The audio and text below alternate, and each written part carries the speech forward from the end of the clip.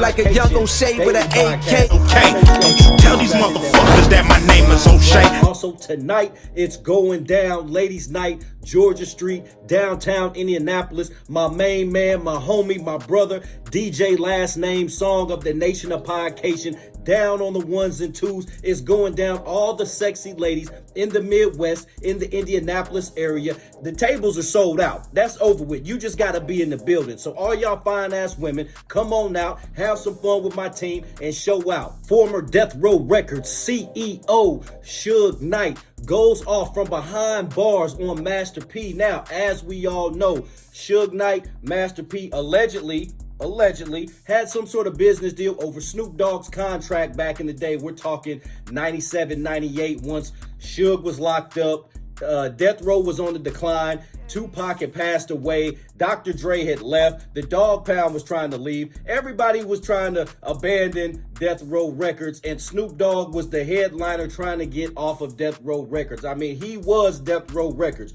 Well, we all know how it went. There was this contract situation that went on. He ended up down south in New Orleans with Master P, and he came out with those 3 albums: The Game Is To Be Sold, Not To Be Told, No Limit, Top Dog, and The Last Meal. All of those under No Limit. Now, Master P got a return on his investment and made a lot of money off of Snoop Dogg with him signing with No Limit. Just think about it. Snoop Dogg sold 7 million records total between those 3 albums. So just think about that. Back in the day, 7 million.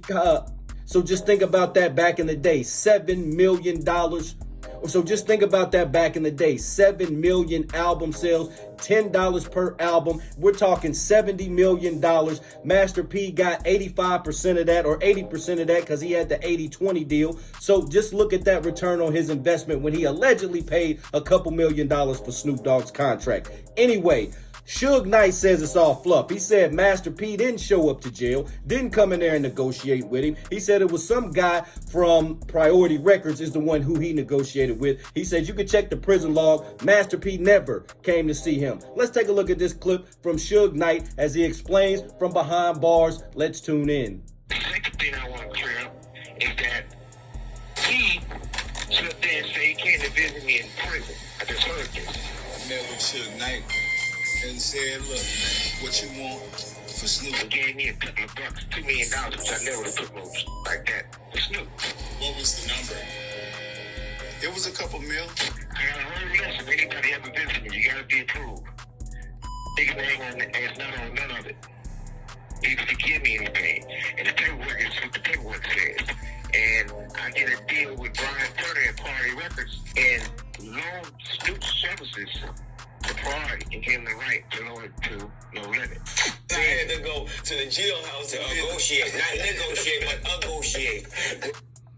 All right, so there you have it. So Suge Knight calls bluff on that. He said Master P never came in there. We never sat down and had a conversation. It was somebody from the record label that came in there and negotiated this contract. So he's trying to say, hey, don't try to act like you came in here and muscled me out of Snoop Dogg's contract. And then, you know, there was all sorts of stipulations with that. They got a percentage of Snoop Dogg's contract. They couldn't use Snoop Doggy Dogg. That's why Snoop Dogg went from Snoop Doggy Dogg to Snoop Dogg. They had to shorten that because the Snoop Doggy Dogg was owned by Death Row. He had to shorten that name to Snoop Dogg. It was a lot of little things. Even back, they even released a album called Top Dog. They had the rapper Top Dog.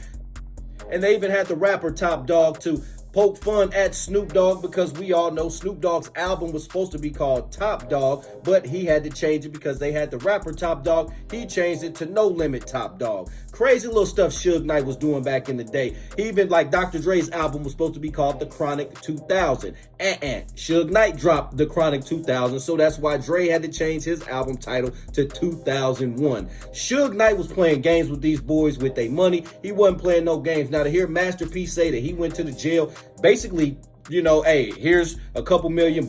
Here's, you know, some extra money on there. I need Snoop Dogg's contract. And allegedly it was signed like that. That's how the story allegedly goes. But Suge Knight, he's behind bars. He says differently. Nation, what do you all think? Do you agree with Suge Knight? Do you think that it was somebody from the label that came up there? Or do you agree with Master P that he went into the jailhouse himself and negotiated this Snoop Dogg contract with Suge Knight? Me, You know, I might lean towards believing Suge Knight over here, because if he says Master P wasn't on no list, there's no paperwork saying that he ever showed up to the jail to talk to him, hey, then why would Suge lie about that? Nation, what do you think about Suge Knight's comments? What do you think about Master P's comments? Whose side are you on? Are you team Death Row? Are you team No Limit? Nation, let me know in the comment section down below. Also, once again, Georgia Street, Indianapolis, Indiana, Ladies Night is going down tonight. Make sure you guys hit that like and subscribe button on your way out. What up, this is DJ Michael Watts,